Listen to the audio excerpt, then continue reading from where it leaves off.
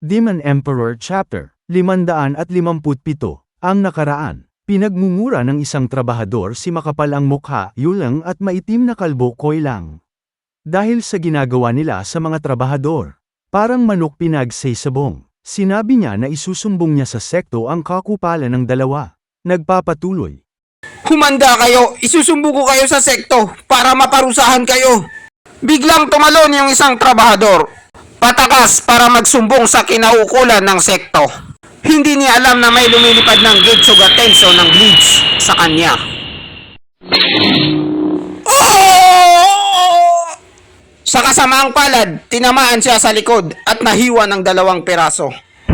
Nahulog na lang siya at tumumba, hindi na umabot para magsumbong. Kawawang trabahador. Napalingon na lang yung ibang trabahador kay Kalbo at punong-puno ng takot. I'm scared. Nakakatakot pala si Kalbo. Napakasama naman ng ugali ng kalbong to. Umaatake siya ng patalikod. Huwag na kayong magdrama dyan. Sisimulan na natin ang pagsasabong. Kung sino man ang magitang tatakas ay papatayin ko. Kung hindi kayo lalaban, wala kayong bayag. Ako na ang gagawa para sa inyo. Hanggang sa maabot na natin ang hinahabol nating kota sa opisina ng mga trabahador. At kung tatanungin niyo kung kailan ito matatapos, yun ang hindi ko alam. Kaya simulan niyo na habang maaga pa. Grabe ka, Kalbo. Pinagmamalupitan mo kami. Anong nagawa naming kasalanan sa'yo at ginaganito mo kami?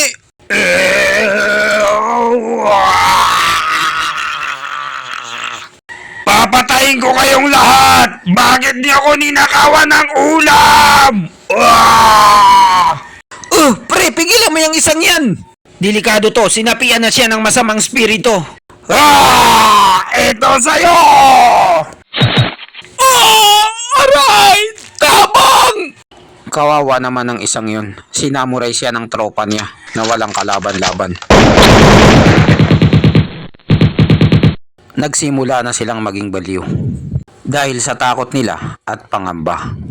Yan ang nagiging dulot ng paggamit ng bawal na gamot. Nagiging praning ka na pag nasobrahan ka na sa tira. Magsisimula na silang mag-away-away para mabuhay. Para silang mga robot na nagpapatayan na walang damdamin. Nakalimutan na nila ang totoong sarili nila. Ang kanilang pangarap sa buhay na gustong marating. Ang mga ganitong patayan na nangyayari, mga demonyo na ang kumokontrol sa kanila. Naging utos-utosan lang ang mga katawan nila. Ang alam lang ay pumatay. Wala na sila sa tamang pag-iisip at kinain na sila ng sistema. Ito ang tinatawag na sabungan. Naging parang manok sila. Kung saan magiging isa kang demonyo at makakalimutan mo ang pagkatao mo. Papatayin kita, scammer ka! Buti na lang nakailag si Chupa. Munti ka na siyang paglamayan. Ano to? Nahihilo ako! At bigla na lang siyang tumumba dahil sa antok. Ang sarap matulog. Wala kang laban sa akin. Gamit ang Kamui Sharingan, matutulog ka talaga ng mahimbing. Nasa loob ka ngayon ng aking ninjutsu, kaya hindi ka na magigising. Nakatayo lang si Chupa at hindi nagtatrabaho. Samantala yung ibang trabahador ay nagsabong na sila. Napakarami nang natumba sa kanila at naipadala sa kabilang mundo. Sige pa, mag-away-away lang kayo habang ako dito ay nakapetiks lang. Anong klase siyang nilalang? Ang buong arena ay nilagyan ng gayuma. Pang-high blood at biglang kukulong ang dugo mo. Lahat ng makita mo ay gusto mong patayin.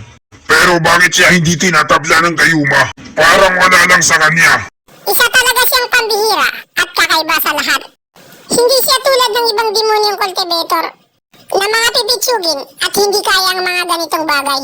Kahit ilagay pa dyan ay mga banal na cultivator, mag-iinit pa rin sila at ma-high blood, sabay mawawala sa sarili, na parang mamamatay tao. Pero bakit siya? Kalmado lang. Isa kasi siyang tunay na eksperto pagdating sa mga bagay-bagay. Lahat ng mga tao sa mundo ay may taglay na kasamaan. Isang kademonyuhan. Parang tayo lang na mga demonyong cultivator. Ginagamit natin ang ating kademonyuhan para tayo'y lumakas at makamit natin ang ating minimithing tagumpay. Ang lahat ng iyon ay tungkol lamang sa mundong ibabaw na ginagalawan natin.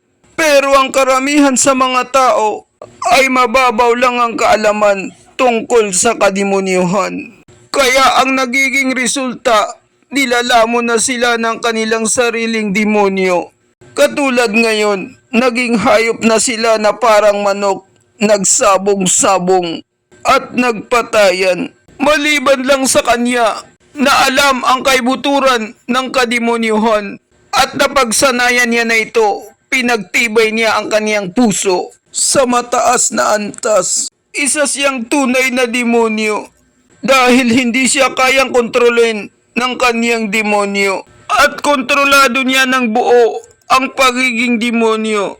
Tingnan niyo, napakabata pa niya pero napakalalim na ng kanyang kaalaman at napakatatag ang kanyang puso. Iyan ang magdadala sa kanya ng walang hanggang hinaharap. Matandang Iwan, baliw ka na ba? Wala ka na ba sa sarili mo?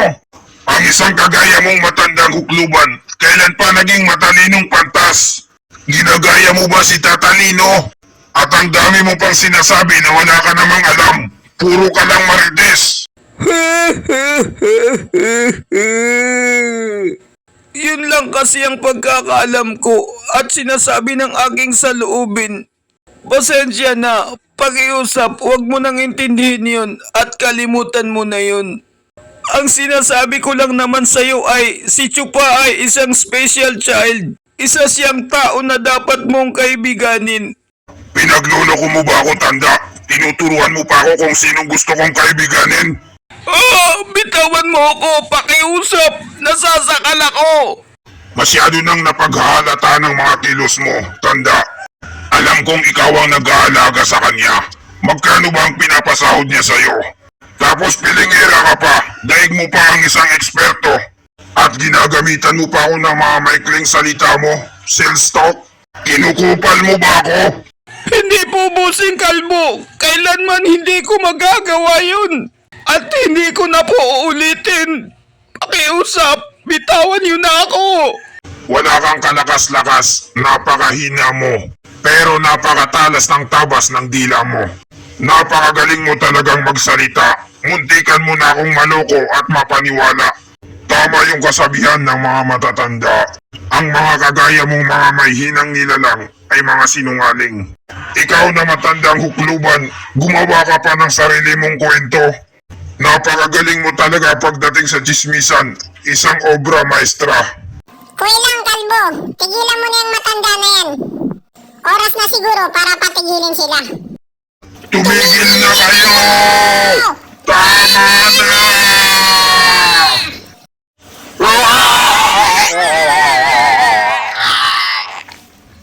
Lahat ng mga trabahador ay tumumba dahil sa conqueror's haki ng dalawa. Imposible. Hindi siya tinabla ng conqueror's haki naming dalawa.